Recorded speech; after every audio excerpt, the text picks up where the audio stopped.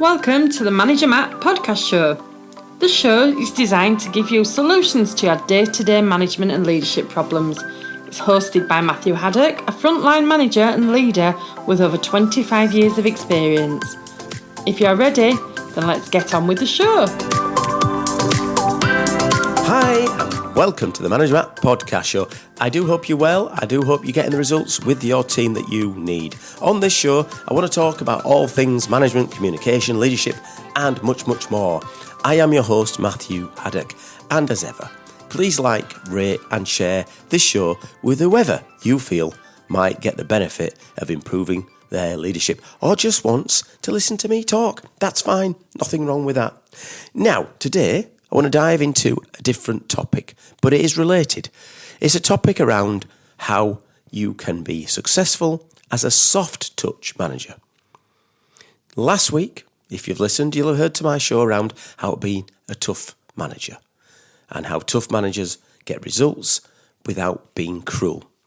Well, I think today is time that we can dive into the idea of having a softer touch to manager. And what do I mean? Well, when you think of a successful leader, many people will picture the tough voice of the man in the room or woman in the room who is a tough negotiator, the classic alpha male, if you like, again, or female.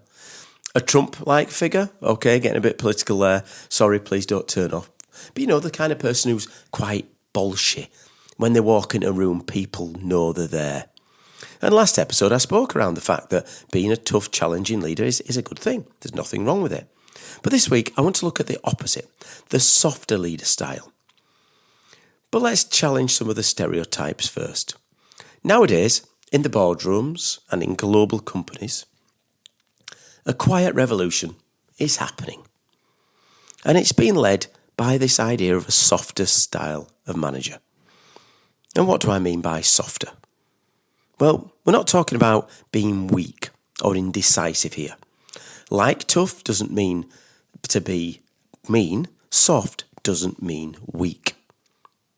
We're talking about the different approaches on an emotional level. The idea that you are a listening person with some skills. You can be vulnerable with people. And you have a collaborating mindset. And here's the truth. These qualities aren't just nice to have. They're a competitive advantage. So in these next few points, I want to break down what I mean by being a softer touch manager and how softer touch managers can and do succeed. The truth is that the new currency around leadership, and this is research that shows that teams are led by empathic managers perform better. Now, why could that be? Because trust, and that is trust when you're empathetic, trust breeds productivity. When people feel that they've been heard and seen and supported, they bring their best selves to the game, to work. Softer touch managers build an environment where psychological safety can thrive. That means employees take more creative risks, admit mistakes faster. That is a big thing. How many times have you got a feared culture where people won't admit when they make a mistake because they're worried about getting blamed? If you've got a culture where people come forward and admit their mistakes, it's so much easier to deal with. You get to the root cause so much better. And of course, they will collaborate more freely because they're not fearing that in this competition, they can open up to the departments. And in short, the people grow. You also, as a second point, retain the loyalty. Here's another hard truth for companies to face. People don't just quit jobs. They quit the boss. They quit the culture. A manager who leads with compassion retains talent. How many times have you worked for a really good boss? And I know you're out there listening, and in your mind's eye, you can see and hear that good boss. How many times have you gone to work and you want to work for that boss? You've gone out there and you feel like you want to be part of that team because that manager, that leader has shown you how he can be empathetic and how she can make you feel at work. And this means you've got meaningful work relationship. Softer touch leaders create a workspace where people can actually want to be there day in, day out. They want to stay with that company and they want to go the extra mile. Soft touch managers are also good at conflict resolution without damaging the way that people collaborate. Soft, again, doesn't mean you're avoiding conflict. It means you're handling it with the right touch. You're handling it with care. A gentle manager approaches a tension with curiosity. They come in and say, what's going on here? What's caused this issue? They don't come in with blame. They're not looking straight away to find blame. They ask questions. They ask open questions. They listen to the reply. They don't go in there with decisions made. They create a resolution, not a resentment. They make for a smoother team, and that business then has a smoother outcome. They lead by influencing people, not intimidating. So your softer touch leader often leads through the influences, and that's what I've always done. I would rather have influence over people than authority. Now, of course, you have to sometimes do things that the company has to do. There's a system, a process, a procedure that has to be followed.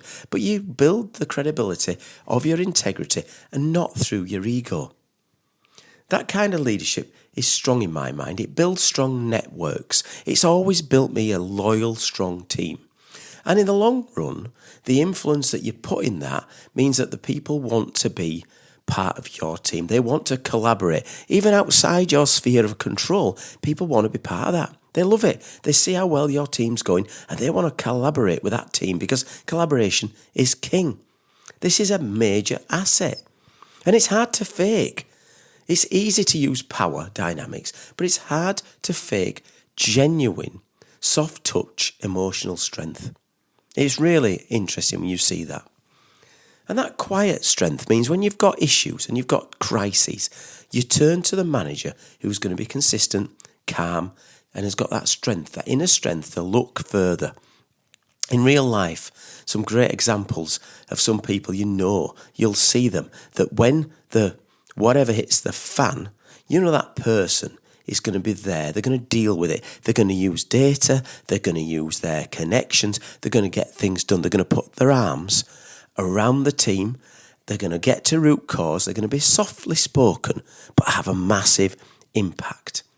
Now, of course, in the world, we all will see the movie stars, the military generals, the shouty people, and think that those great leaders, but the softer ones in the backgrounds, the one who persuade and get things done, are much, much more likely in today's market, in today's labour market especially, to get the results. So what can we identify as a softer touch manager? And do you want to become one? Well, here's some 3 practical tips if you want to work on how you can soften your style. Learn to listen, because listening is important. Make space for your team to talk and actually hear them. 2 ears, 1 mouth. Listen twice as much as you speak. Difficult when you're a leader, because everyone thinks that you've got all the answers, so they're looking at you to make all the decisions. But listening builds a massive amount of trust. So when you're in your meetings, don't just be waiting for a gap to speak. Listen to the team.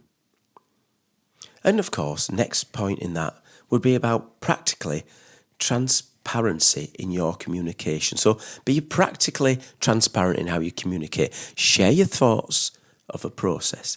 And of course, admit when you don't know. This creates a vulnerability connection with your team. I know I don't know everything. Sometimes I don't know anything. But I know if I build a good team around me, they will come with great solutions to the problems.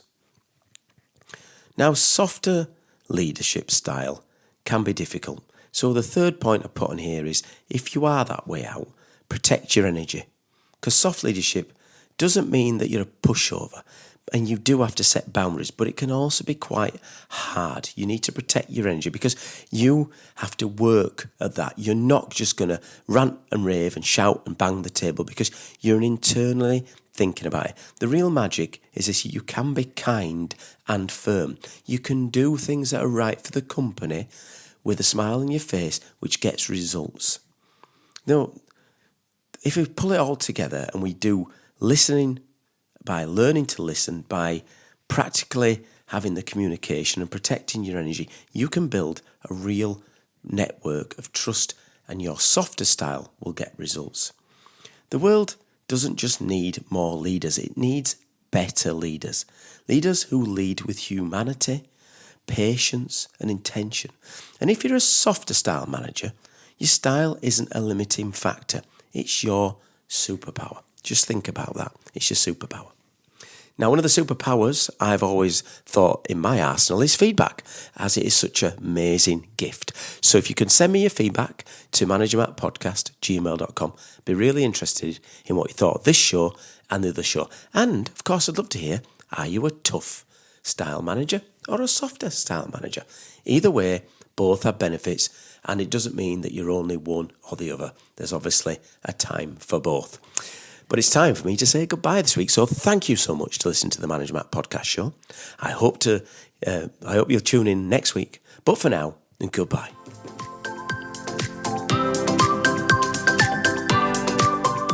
Thank you so much for listening to this Manager Matt podcast. We hope you found it interesting, helpful and actionable.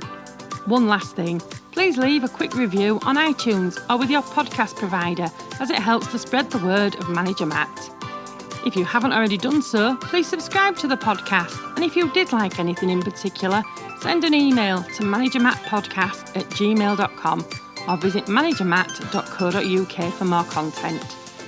Feedback is a gift, so let's keep giving. See you next week.